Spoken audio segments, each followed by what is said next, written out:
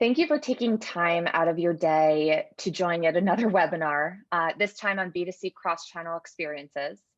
My name is Julia Spano and I lead field marketing for Oracle CX in the Americas, and I'll be moderating the webinar today. Let's dive into today's topic, how DSW delivers valuable customer experiences with Oracle CX. It is my pleasure to introduce Melissa Isaacs, Director of CRM and Loyalty at DSW. She will be joined by Brian Finn, President Expert of all things B2C marketing team at Oracle CX. Over to you, Brian. Thank you, Julia. I'm Brian Finfrock. I began working at Responsys as a campaign specialist a little over a decade ago. I cut my teeth building campaigns, startals for a major retailer, progressed into transactionals, did some trigger work and customer journey building, spent some time with forms and some of the other more complicated. For a lot of that time, I was working for retail brands. And as a result, today, I get to talk to a retailer, Melissa, about the amazing work her and her team are doing at DSW. Thanks for joining us today, Melissa. Can you spend a little bit of time sharing your background? Yeah, absolutely. Hello, everyone. I'm really excited to be here today and speaking with all of you with our Oracle part. My background is really heavily in the loyalty strategy space, alongside of driving profitable growth through pricing and promotional strategies, as well as focusing on key owned channels such as direct mail, email, and mobile. I've been with DSW now for 13 years, which is truly a testament to our company and culture, and very proud of our well-established loyalty program that we relaunched in 18, DSW VIP, as well as our highly successful email program and other digital channels. 13 years is a really long time. I get to hit my 12-year mark with Responsys this year, and that's the longest I've been with a company. So that's really impressive. I expect most people in our audience today are familiar with DSW, the company that you work for. But for people who might not own shoes, perhaps, can you tell us a little bit about your company? Sure. So actually DSW is a business under Designer Brands, who is one of North America's largest designers, producers, and retailers of footwear and accessories. We offer world-class design, sourcing, and wholesale with over 1,000 points of distribution. However, specifically DSW, we are a destination of a brand of brands. We will provide you the perfect shoe at that great value every single day.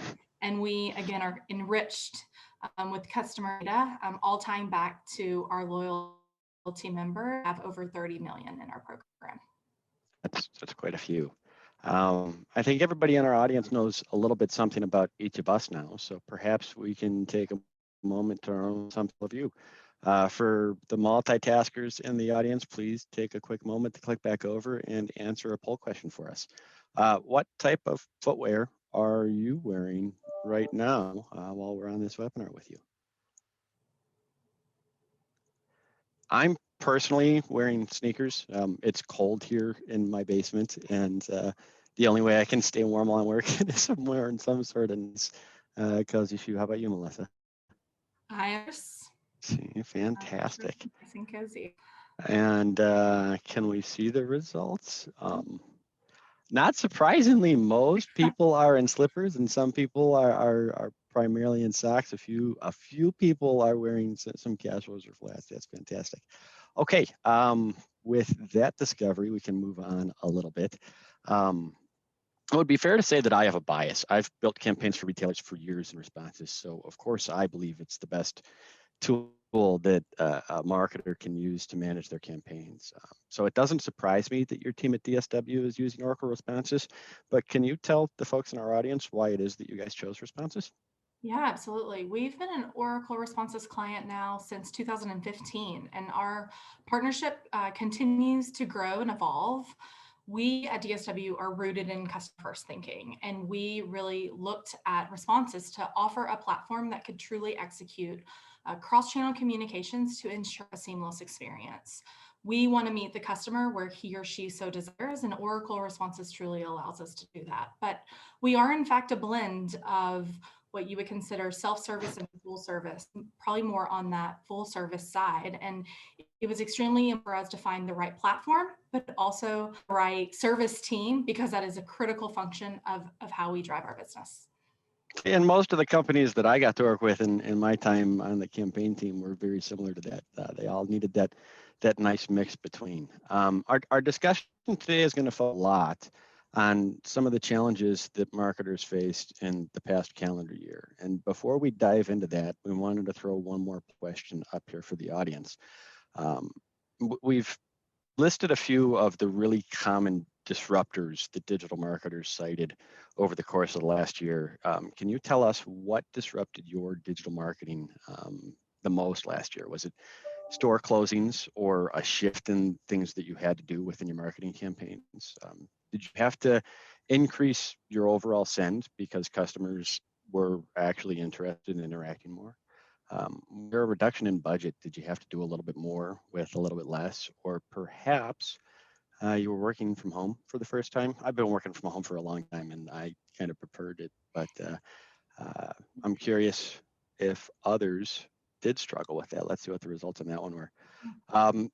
And these really fall in line with most of what we've seen from analysts and other experts across the industry. Shifts in overall business and overall reduction in budget or having to do more with less were really common problems that many encountered last year. Okay, so we've got some insight from the folks in our audience. Let's spend some time talking about how campaign management changed last. DSW, like many of our audience members, does a lot of business through brick and mortar locations. And in 2020, you had to undergo quite the transition and become digital first to address the fact that your customers couldn't get into stores. So can you tell us a little bit about that? Yeah, so I'm sure as many of us experienced with store closures for a time being, consumers were interacting with brands and in a purely digital fashion. For some that had never really experienced that before. And even to this day, we've recently, throughout this journey, we constantly are keeping insights within our own DSW VIP customers. And over half of them tell us that their next purchase they plan is actually DSW.com or our app. So we really had to pivot our thinking in terms of being hyper-focused towards digital and making sure that we can still drive confidence with her and him, and that we can still offer the same value that they're expecting from DSW. And in addition to that, last year, you actually had a pretty substantial shift in customer preferences that had to be addressed. Is that correct? Yeah, absolutely. So, not only our customers are changing their behaviors or changing how they interact with the brands, but even more so, it's now what their footwear preferences are, which we just surveyed all of you on. And it was very clear. Footwear industry had a huge hit in terms of their preference of what they were voting on. And through Google search, we saw sneakers, slippers being one of the main. Slippers, casual shoes, and athletic were now what the customers were voting on, because no longer, right, do we have these special occasions, events. We're all primarily home, safely socially distanced. And let's be honest, I'm wearing a top with my sweatpants on right now. It's a complete evolution of what we're looking for. And DSW was more in our merchandise assortment was more geared towards that traditional dress, booties, pumps.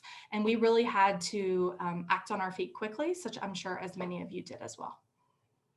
That's really interesting. One last thing before we move on. As I understand it, business as usual didn't really change for your team despite some of the marketplace and customer behavior. If I understand correctly, your campaigns were already built in a modular way with a really efficient template that made it easy for your team to just kind of pivot and ramp up instead of having to shuffle to react to last year. Is that really possible? What were you doing before 2020 that made it easy for you to transition of the chaos that everyone experienced last year? Sure. So as many of you stated, we're constantly being challenged to do more with less. And we saw templates as a way to embark in terms of that journey for both doing more with less, but then also building the foundation when we think around personalization and being extremely nimble to support the business. So in 2019, we went up in terms of operating in more a modular form, thinking templates where we pull together a cross-functional group, because not only are we changing the design of the email, but we also change all of our upflow processes in terms of how we think around the creation of what the content and story should be, alongside with that change of design. Our goal is to set out in terms of operating in 90%, and excited today to say that we're well above right at 90, if not higher, in terms of operate, which again, critical. We have the foundation, leap into 2020 and take that with an advantage. Awesome. So you use the word nimbleness a lot there. To prepare for our discussion today, I spoke to Sam on your campaign services team as well, and he mentioned the same concepts. When we talked, his emphasis was on the idea of scale and specifically upling. So going from one campaign to two, or from two versions within a campaign to four. I've done that from the production standpoint. I'm curious from your side of how do you plan and deliver that increase in quantity of campaigns or the number of versions that you're personalizing to your customers? So our goal, Brian, is to really always strive for creating the best customer experience that we can, ensuring that he or she feels heard or seen.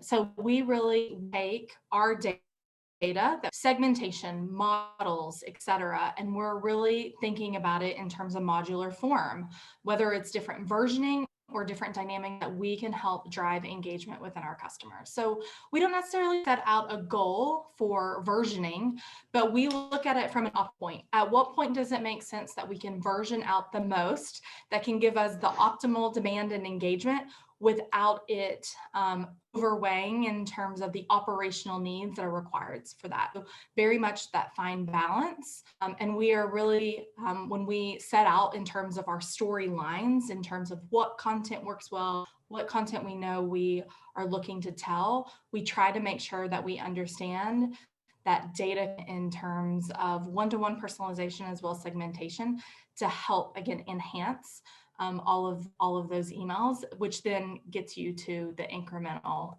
version. Right. Now, I personally have a lot of experience with the complexity of that level of campaign management and doing multiple versions of dynamic content. It's a very common thing within retail. When I spoke about it, I kind of got a little jealous, to be honest. Like I did that for a very long time, and as he was explaining the sorts of things that you do between teams to put things there, it just blew me away. Over the past year, you guys actually campaigns in some cases from 24 hours of turnover to less than 12 hours of turnover, and as you did that, you increased the number of versions. In some cases, the number of campaigns you sent as well. To me, that indicates a huge focus on the personalization and what the customer experience actually is at the end. Why did you decide to increase that personalization and take on that extra complexity in what you were doing? And how are you confident that you were going to be able to pull it off?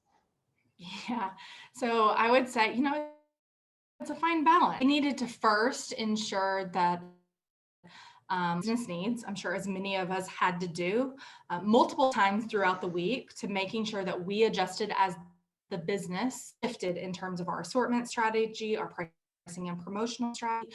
And it was very much a crawl, walk, run, start. So we first had to ensure that our collective teams, DSW, Oracle, and others, could really drive with the quick turnaround. It was our priority. We call it KTLO, keeping the lights on. And I would have to say that's a huge shout out to our campaign services team, because they were 100%, if not over, excited and ready and willing at the pace, which honestly now these turnarounds are now our new normal. So ensure that we had the existing processes in place, could handle that volume and that also of the quick turns. But we didn't stop there. We pushed ourselves because we want to think customer first. And we made sure that after we established that we could increase rounds, then we looked where we had the resources to increase our number of triggers, our more dynamic modules, more content based on who you are, where you are, to ultimately drive us that we saw this past year. So we understand a bit more about the mechanics that went into what you were doing.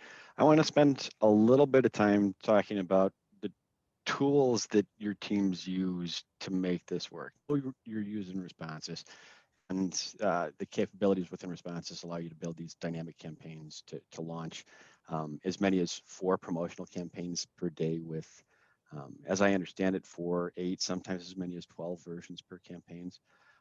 And sometimes, and anybody who's been in retail has been through this, you're not positive until very late in the game which messages your customers and which customers are going to be receiving which messages. That takes a lot of coordination working with services teams or across teams to get the creative in and get the data in the right place. Can you tell me a bit about how your teams work to make things flow together and meet those tight timelines? Yes, so I would say our processes in Touchpoint with Oracle are very much best in class. We have established, through the years, we have established proper SLAs in how we interact with each other. And we have very clear RACI model on who's accountable, who's responsible across the entire email, SMS, app notification program. And so when we think around that, the team are meeting weekly. We have very established and campaign request forms where we're ensuring that DSW is providing the information that Oracle needs to build fast. But then also, just like I'm sure many of us, we also have a very strict proper escalation method that we use as well to ensure that we are always constantly over communicating, ensuring that flawless execution. Awesome. So we've gotten to this point a little bit off of the overall puzzle deck. In addition to the responses dynamic campaign capabilities, also steps in as a third participant and a partner within this to make sure that the time of open personalization within the campaigns perfects the experience for your customers. And that's actually how you ensure you get a match between the offers and customers at the end. Can you tell us a bit about how you take the complexity of 3 teams and manage to actually simplify your holiday season so that that's easy run? So we've been a longstanding movable ink client as well. And when we, as I mentioned, when we embarked in terms of our template journey, we realized that we leverage movable in terms of how we drive and showcase what we're known, what DSW is known for, and showcasing that massive assortment of templates. So we took a step back and we essentially evaluated our vendor ourselves, DSW's capabilities, as well as Oracle's capabilities, and we really created what you would call our secret sauce in terms of better understanding how all the vendors can interact with each other to optimal customer experience. And so that's what Movable, they were critical in the partnership of building out these splits, ensuring that the content that you see, so much of that gold by Movable, that then allows us, again, the agility to shift the products that maybe Brian sees versus someone else on this call would see, truly enabling that foundation as we continue to embark in our personalization strategy. Awesome. Now, I've mentioned already on the call, I'm close to 12 years of interacting with this sort of production, and I can honestly say that I've never encountered anyone who does it with the level of efficiency that you execute at. For anyone in the audience who's never built for an enterprise retail account, I really want to emphasize just how difficult it is. You're answering to so many internal stakeholders and coordinating at the level with stakeholders throughout the process to make sure that you're pulling in and putting together is reaching, and it's really impressive to me as a digital marketer, but I'm more curious in how impressive it was customers. How did they react last year? Well, that's the nice thing also about the Oracle Responses tool is just the ease when it comes to email specifically, in this case, reporting dashboards that we can see. We constantly see how our customers are engaging and interacting. And I would say it voted well for us. We, at this point, are exceeding most, if not all, of our email KPI from a benchmark stand. And we're constantly listening and learning from our customers. We are looking at reporting, if not daily, to understand where he and she voting in terms of the content, and we're evolving our email storytelling for even the week based on those clicks, opens, and all the rich data we receive, even from their conversions once they get to the website. Interesting. That's interesting. We've got some figures that we can put some emphasis on your overall efforts for last year. As I understand it, you increase personalization within campaigns by more than 25%, in some cases as much as 75%. You increase the overall output of your campaigns on a daily basis by more than 25%. And in doing that, you actually achieved the goal of reducing costs. Like you did more, but you did more and cut back by more than 40% of what you were actually investing in that production work. In the process, and this is really impressive to me, that the demand from your customers increased by more than 10%. Tell me about that. Sure. So, when I think about 2020, we're hyper focused on bigger, better, and being unique and differentiated. And we leveraged our foundational work to really, again, get the results that we're listening to our customers, quickly reacting based on business needs, and then pulling that all together in partnership with Oracle and give us the results on top of that. And, when you talk around a plus 50% growth, that was extremely a proud moment. We had years prior seeing double-digit comp growth as well. So very impressed with the work that all teams have done around the program. Yeah, that's great. It's great news to hear that. What's next? Which experiences are you planning to create for your customers? How are you taking advantage of this perhaps calm after the holiday season? I would say three big pillars that we're super focused on. Number one is file growth and data capture. We know the value of our program is the data. It is our foundation, and we want to ensure that we can file growth in terms of customers who are opting into some of these channels. It's not just a marketing task. It is partners across our stores and our digital, and we're all holding hands to allow us to ensure that we meet that file. Number two, personalization.